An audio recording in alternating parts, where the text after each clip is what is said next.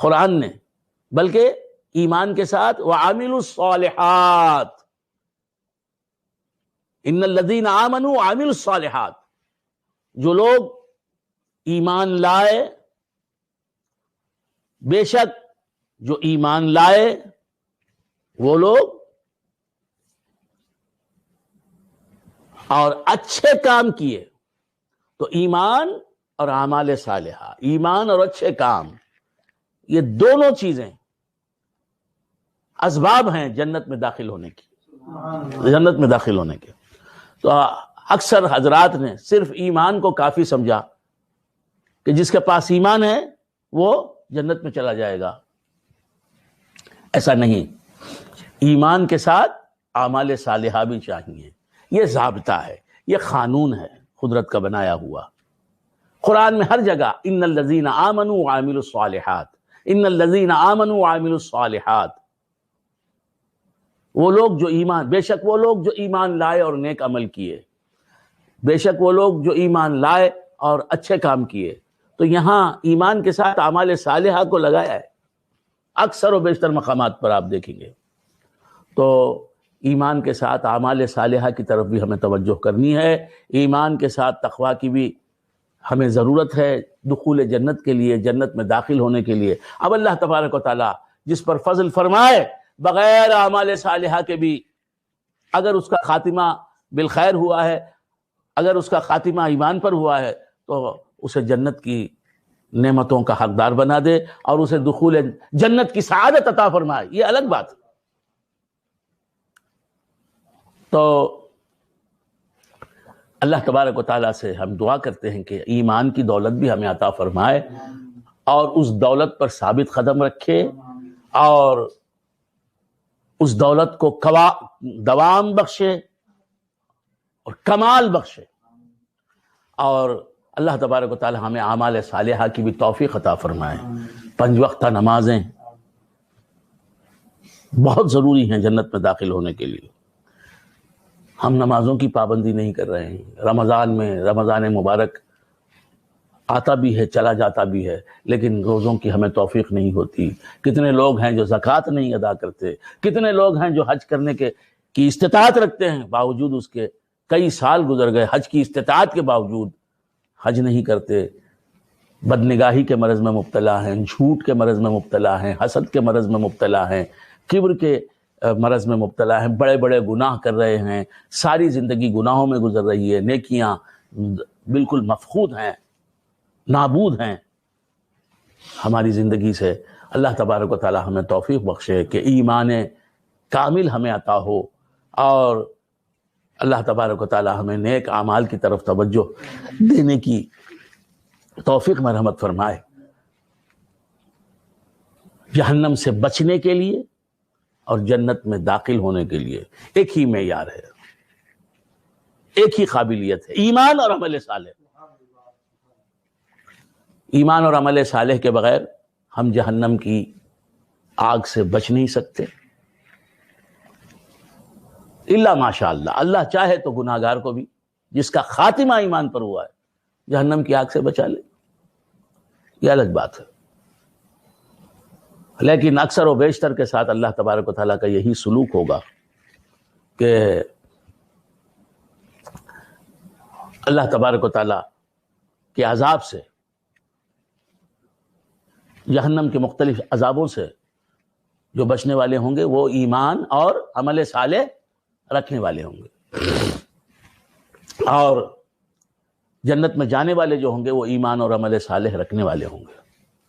اللہ تبارک و تعالی ہم سب کو ان حقائق کی طرف توجہ کرنے کی توفیق مرحمت فرمائے.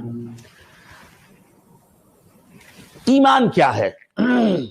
میری گفتگو کا موضوع ہے آج کی گفتگو کا، ایمان کیا ہے؟ واٹ از ایمان؟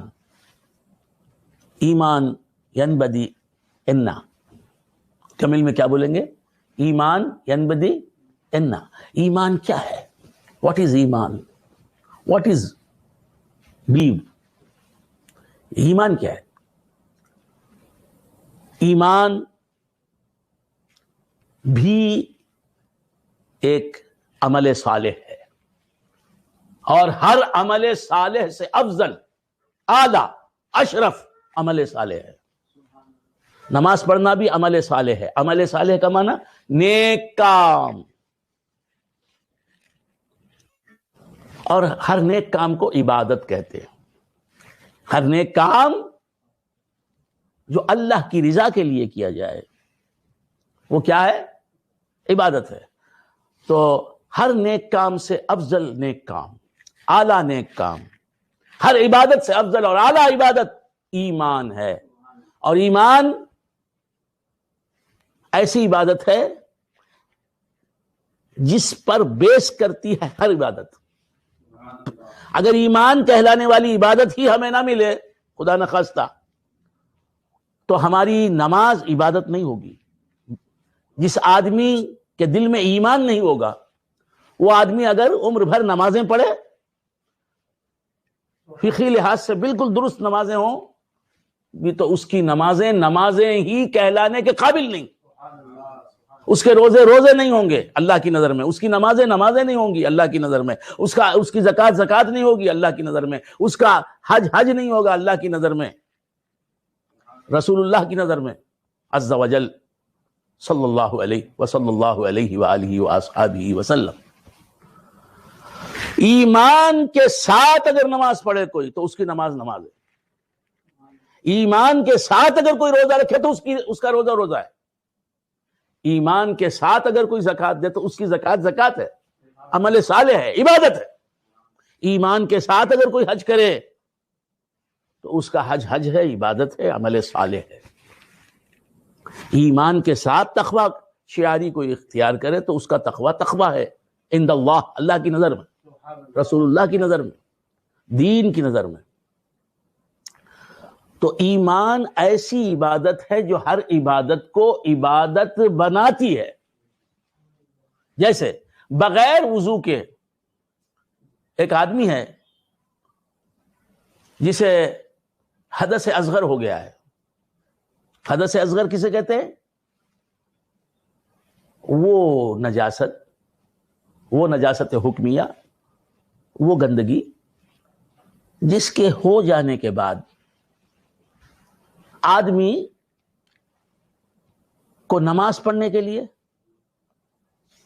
قرآن شریف پڑھنے کے لیے، قرآن شریف چھونے کے لیے، نماز پڑھنے کے لیے، قرآن کو ٹچ کرنے کے لیے، مصحف شریف کو چھونے کے لیے، اور طواف کرنے کے لیے بیت اللہ کا، سجدہ شکر ادا کرنے کے لیے۔ آپ سمجھ رہے ہیں؟ وضو کرنے کی ضرورت ہوتی ہے۔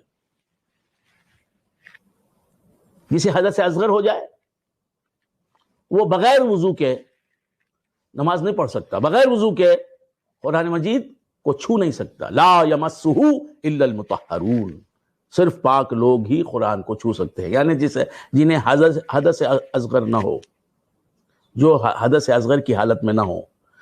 حدث اصغر ہو گیا ہے تو وضو کریں، وضو کر لیں تو اب وہ حدث اصغر والے نہیں ہیں، پاک ہیں حدث اصغر سے۔